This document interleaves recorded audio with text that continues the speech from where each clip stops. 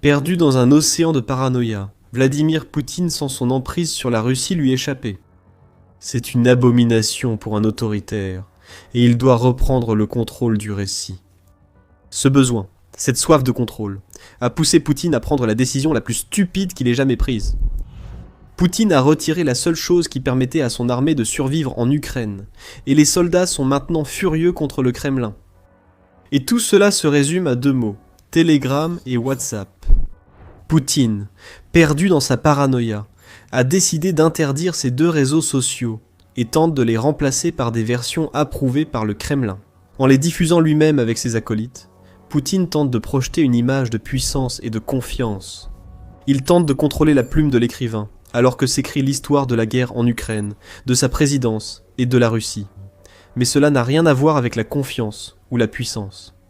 Ces décisions sont celles d'un dictateur qui sent son contrôle lui échapper, d'un autocrate vieillissant qui sait que les requins tournent autour de lui et que le peuple parle. Vladimir Poutine doit désormais surtout redouter les soldats en Ukraine, privés d'encore plus de moyens de communication précieux. Nous reparlerons de ces soldats. Voyons d'abord les récentes décisions marquantes de Vladimir Poutine. Le 10 février, CNN a annoncé que le Kremlin avait restreint l'accès à Telegram, l'une des applications de messagerie les plus populaires en Russie. Selon Statista, plus de 78% de la population russe âgée de 16 ans ou plus utilise Telegram, tandis que WhatsApp arrive en deuxième position avec un taux de pénétration de 73,9%. Le Kremlin a avancé des arguments vagues selon lesquels l'interdiction visait à protéger les citoyens russes et a accusé Telegram d'être lui-même responsable du blocage. Il permettait aux gens de partager des opinions jugées criminelles et terroristes par les autorités russes.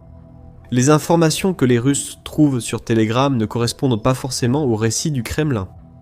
Telegram fait également face à des amendes du Kremlin s'élevant à 64 millions de roubles, soit environ 828 000 $, pour avoir soi-disant refusé de retirer des contenus interdits de son application. La restriction du Kremlin, en vigueur depuis le 10 février, a provoqué des milliers de plaintes sur le dysfonctionnement ou la lenteur de l'application. Selon The Telegraph, une source proche du Kremlin a déclaré aux médias d'investigation indépendants Vestka que les restrictions constatées par les Russes posent désormais les bases d'une interdiction totale de Telegram, qui aura lieu en septembre, avant les élections de la Douma d'État. Avec un adversaire du contrôle du récit du Kremlin écarté, Poutine a dirigé sa colère vers WhatsApp. WhatsApp est seulement dépassé par Telegram parmi les applications de médias sociaux les plus utilisées en Russie. Le 12 février, 2 jours après l'entrée en vigueur des restrictions sur Telegram, Al Jazeera a indiqué que le Kremlin bloquait aussi WhatsApp, accusé de violation de la loi. Le porte-parole préféré de Poutine, Dmitri Peskov, a affirmé que cette décision était due à la réticence de WhatsApp à se conformer aux normes et à la lettre de la loi russe. Peut-on refaire la traduction ? C'est clairement une formulation à la Poutine pour dire « Waouh, WhatsApp ne me permet pas d'empêcher les Russes de dire ce que je ne veux pas. » L'interdiction de WhatsApp n'est pas vraiment une surprise. Le Kremlin s'attaque à l'application depuis 2025, ce qui a conduit à une situation où beaucoup de Russes ne pouvaient y accéder qu'avec l'aide d'un réseau privé virtuel, ou VPN. À la fin de l'année, des blocages similaires ont également été mis en place contre Facebook, X et Instagram. Et même YouTube n'a pas été épargné par l'approche brutale du Kremlin visant à couper l'accès à tout service en ligne. Qui offre la moindre chance aux Russes ordinaires d'en apprendre plus que ce que le Kremlin leur dit ? Les gens en Russie sont furieux, et les soldats du pays encore plus. Pas de souci, le Kremlin a une solution. Poutine le crie sur tous les toits. La Russie n'a pas besoin de ces applications. Il suffit de s'abonner à Max. Il s'agit de l'alternative fabriquée en Russie, et approuvée par le Kremlin, qui propose une plateforme de médias sociaux tout en un, au prix modique d'une surveillance constante du Kremlin sur tout ce que vous faites, ou dites, sur l'application. La Russie fait la promotion de Max comme une alternative patriotique à des applications comme Telegram et WhatsApp. Elle a même graissé la patte de nombreuses célébrités russes, avec des roubles pour qu'elles fassent la publicité de l'application auprès de leurs abonnés. Les responsables russes veulent intégrer Max à Gosuslugi, le portail en ligne qui donne accès aux services gouvernementaux, au paiement des factures et à la signature de documents. Max deviendrait ainsi la porte d'entrée aux services publics de base proposés par la Russie. Tout est une question de contrôle. Nous y reviendrons plus tard dans la vidéo. Actuellement, l'interdiction de Telegram et WhatsApp sème le chaos sur les lignes de front. Des soldats russes meurent, privés d'un canal de communication essentiel. Bien sûr, nous n'entendons pas beaucoup les soldats eux-mêmes. Ils se font massacrer dans le hachoir ukrainien. Seuls les rares survivants capturés peuvent exprimer leur opinion. Comme l'a révélé le Télégraphe, des blogueurs militaires russes, en contact direct avec les soldats via WhatsApp et Telegram, évoquent une situation due à la paranoïa de Poutine. Sur le front, des milliers de militaires seront privés de communication, ce qui, en pleine offensive, entraînera des conséquences fatales, a déclaré la chaîne Archange Spetsnaza, qui compte 1,1 million d'abonnés sur Telegram. Un autre grand blogueur militaire a directement visé le Kremlin, bien qu'il ait pris soin de ne pas mentionner Poutine par son nom dans sa diatribe. Quand des gens sortis de nulle part commenceront à traîner les responsables du Kremlin devant la tristement célèbre Haye, personne ne s'interposera, aucun ne parlera, a déclaré Gegor Kolmogorov à ses abonnés, semblant admettre que la Russie a commis des crimes de guerre venant d'un blogueur militaire nationaliste connu. L'explication la plus claire de la colère actuelle des soldats russes contre Poutine vient du correspondant militaire Alexandre Sladkov.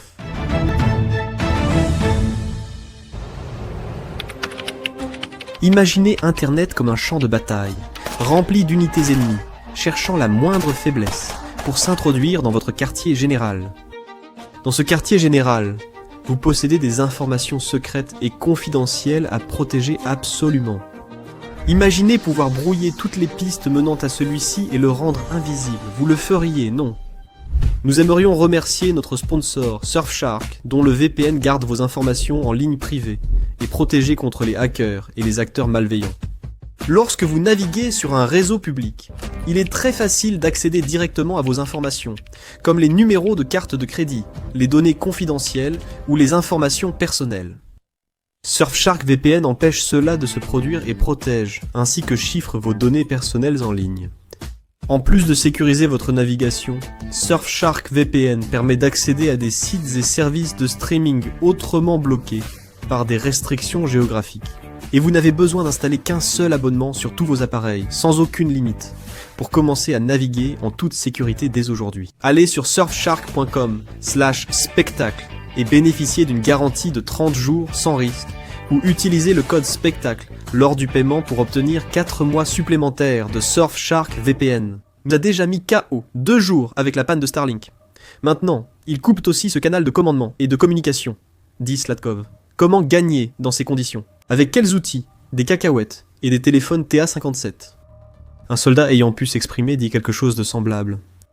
Le front est choqué. Les Starlink ne marchent plus, et ils brouillent aussi Telegram. Comment se battre avec des pigeons voyageurs?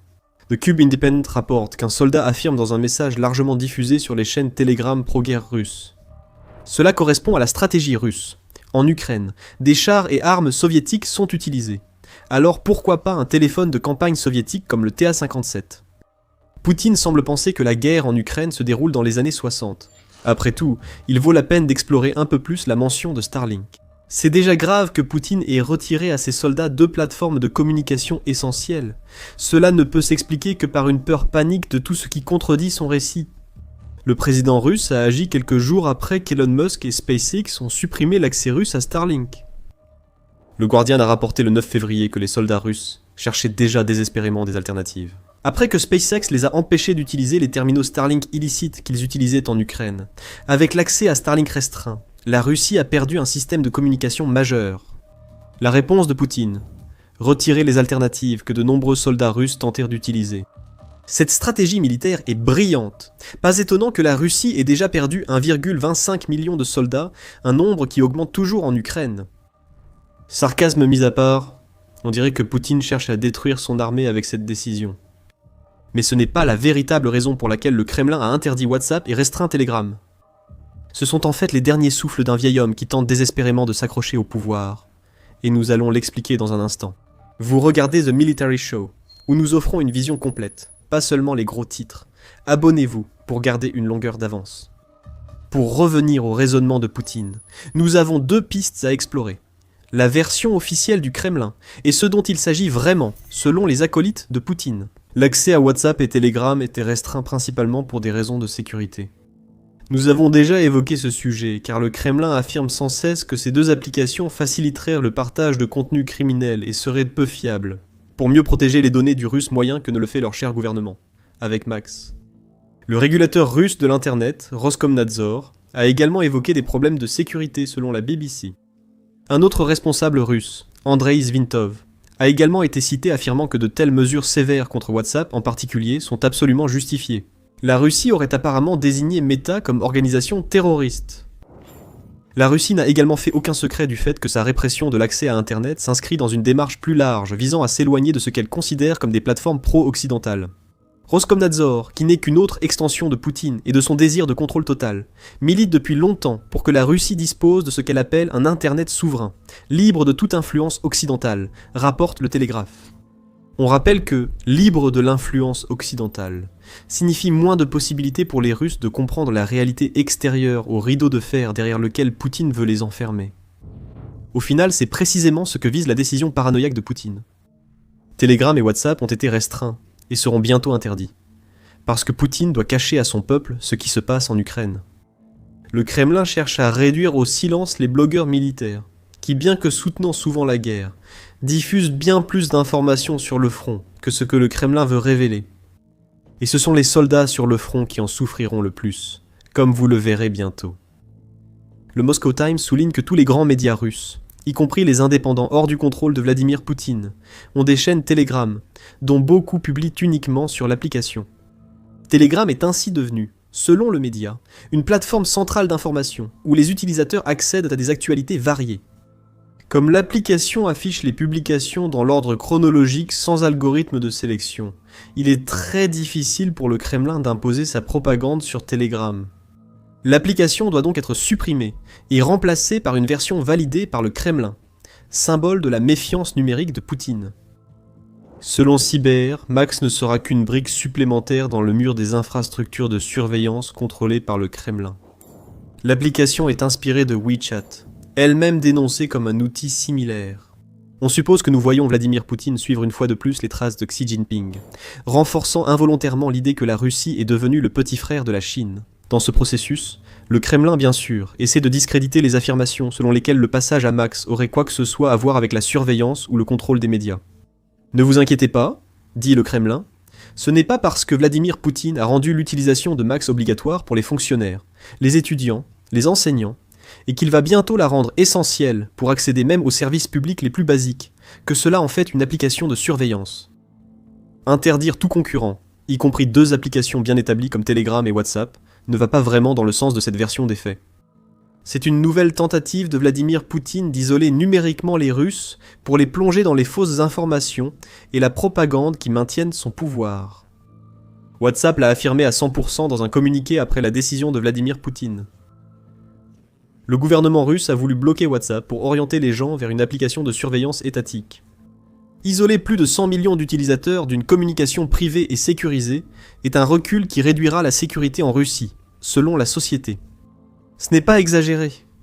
Sur Max, porter plainte contre le Kremlin peut entraîner la visite du FSB et vous faire qualifier de terroriste, pour le crime énorme de ne pas se soumettre à Poutine autant qu'il le souhaite, mais aussi douloureux et potentiellement dangereux que soit la dernière tentative de Poutine de maintenir son emprise sur un pays qui lui échappe. Pour le Russe moyen, ce sont les soldats en première ligne en Ukraine qui vont le plus souffrir. Ils sont actuellement furieux contre le Kremlin pour une raison. En fait, il y a plusieurs raisons. À commencer par le fait que c'est encore une autre façon dont le Kremlin a complètement abandonné ses soldats. Côté communication, les soldats chers à canon de Poutine en sont réduits à utiliser Telegram, WhatsApp et des terminaux Starlink illicites. Parce que le Kremlin a complètement échoué à leur fournir d'autres moyens de communication sécurisés en Ukraine. Les soldats russes se battent en Ukraine depuis presque 4 ans. Et pourtant, comme le rapporte le Télégraphe, ils n'ont toujours pas reçu de système sécurisé et produit localement qu'ils pourraient utiliser pour communiquer. C'est pourquoi l'utilisation de Telegram et WhatsApp a explosé, du moins sur les lignes de front. Ce dernier en particulier dispose d'une certaine forme de chiffrement, tandis que le premier offre aux soldats russes un lien avec leur pays, ainsi qu'un moyen de communiquer entre eux lorsqu'ils sont envoyés dans des assauts suicidaires contre les défenses de l'Ukraine. Maintenant, tout cela a disparu, et la médiocre application Max ne sera pas un bon remplacement. Comme les soldats russes savent que le Kremlin surveillera tout ce qu'ils disent et font, la communication dans les rangs russes s'est effondrée, et cela coûte la vie à des soldats russes. Force News souligne que des membres des unités russes anti-drones ont déjà envoyé des vidéos au Kremlin, affirmant que Telegram est essentiel à leur travail. Il se trouve justement que les drones représentent la plus grande menace à laquelle les soldats russes sont confrontés en Ukraine. Rien qu'en janvier, les drones ukrainiens ont tué 30 000 soldats russes, toutes ces morts ayant été vérifiées grâce à des images téléchargées sur le système Delta de l'Ukraine. Privées de télégrammes, les unités anti-drones russes n'alertent plus instantanément les soldats de la présence de drones ukrainiens, entraînant plus de pertes russes. Poutine a mis sa propre armée sur la voie rapide pour aider l'Ukraine à atteindre son objectif de détruire 50 000 soldats russes par mois. Ce problème de drones touche aussi la Russie. Les drones longue portée ukrainiens ont semé le chaos dans l'industrie pétrolière russe et affaibli sa puissance militaire de l'intérieur. Vyacheslav Gladkov, gouverneur de la région frontalière de Belgorod en Russie, a déclaré que ralentir les chaînes Telegram pourrait nuire à la transmission d'informations opérationnelles. C'est un responsable russe qui dit au Kremlin que ce qu'il fait va nuire à l'armée et au peuple russe. Et Poutine s'en fiche, il veut juste plus de contrôle. Et la chair à canon peut aller en enfer, peu lui importe. Autre aspect des interdictions de Telegram et WhatsApp, elles pourraient aussi causer la mort de soldats russes, même si c'est moins direct que de les exposer aux drones ukrainiens. Car ils ne peuvent plus communiquer. Et comme le souligne Forces News que Telegram est l'une des principales plateformes utilisées par les soldats russes pour communiquer avec leurs proches restés au pays. Le blocage de l'application accentue la crise de morale déjà présente dans l'armée russe. C'est encore plus vrai quand on sait que des soldats russes utilisent Telegram pour obtenir du matériel que leur gouvernement ne leur a pas fourni. Selon le Kiev Post, les soldats russes utilisent le financement participatif pour obtenir des fournitures et parfois l'équipement nécessaire à leur mission. Comment ces campagnes de financement participatif sont-elles organisées ? Sur Telegram. Les blogueurs militaires qui critiquent aujourd'hui le Kremlin sont souvent ceux qui organisent des collectes pour fournir aux soldats ce que Poutine ne leur donne pas. Interdire Telegram ruine tout cela. Les soldats ne pourront pas informer les blogueurs militaires de leurs besoins, Telegram étant bloqué puis interdit. Ces blogueurs ne pourront pas toucher un public aussi large pour récolter des fonds, tout cela conduit à plus de morts. Des soldats mal équipés sont envoyés dans des enfers infestés de drones, sans moyen de communiquer. Seul Poutine peut infliger une telle horreur, et il la fait subir à ses soldats plutôt qu'à l'Ukraine. L'armée russe n'a ni nourriture, ni eau, et elle est remplie de soldats, qui, selon les médias United 24, plaisantent maintenant avec amertume, en disant que leurs vêtements pendent sur eux, comme sur des cintres, parce qu'ils ne reçoivent rien à manger ni à boire. Poutine leur a retiré l'une des rares ressources, qui leur permettait d'obtenir ce dont ils avaient besoin. Selon le Télégraphe, un blogueur militaire russe a ironisé « Nous ne pouvons pas couper Starlink aux Ukrainiens, mais nous pouvons couper Telegram aux Russes. » Peskov, au nom de Poutine, a contesté l'idée que Telegram et WhatsApp soient essentiels pour les soldats russes. Il a prétendu sans conviction qu'il n'était pas concevable de gérer la communication sur la ligne de front via Telegram ou une autre messagerie, tandis que soldats russes et blogueurs militaires affirmèrent le contraire. Telegram a été utilisé, WhatsApp a été utilisé, Starlink a été utilisé. Ils leur sont tous retirés pour être remplacés par un service étatique axé sur la surveillance plutôt que la communication. Finalement, utiliser des pigeons voyageurs et des téléphones de campagne soviétiques n'est peut-être pas une si mauvaise idée. Ce n'est pas comme si les soldats russes avaient autre chose vers quoi se tourner après que la paranoïa de Poutine leur a arraché la seule chose qui les maintenait en vie, alors qu'ils affrontent les horreurs de la guerre que Poutine lui-même a déclenchée. On a presque l'impression que Poutine essaye de perdre la guerre en Ukraine. Dans une guerre définie par la course à l'innovation, le président russe essaie de renvoyer ses soldats à l'âge de pierre. Les zones mortelles infestées de drones en Ukraine forcent la Russie à payer chaque mètre conquis de son sang. Encore plus de sang sera versé maintenant que Telegram et WhatsApp ont disparu. Découvrez ces zones de mort et les brillantes tactiques ukrainiennes dans notre vidéo. Si vous avez aimé cette vidéo, abonnez-vous à The Military Show pour plus de reportages sur les erreurs insensées de Poutine, qui paralyse sa machine de guerre. Merci de nous avoir suivis.